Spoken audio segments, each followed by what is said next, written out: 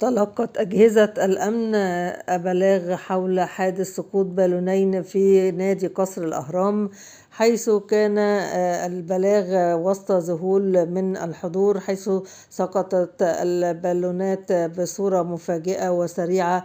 وتبين من المعاينة الأولية أن المصابين يحملان الجنسية الأمريكية، وكان يشاركان في تجربة رياضية خاصة ضمن نشاط تدريبي على القفز الحر بالمظلات داخل نطاق النادي، قبل أن تتعرض المظلة الرئيسية لعطل فني مفاجئ أثناء الهبوط.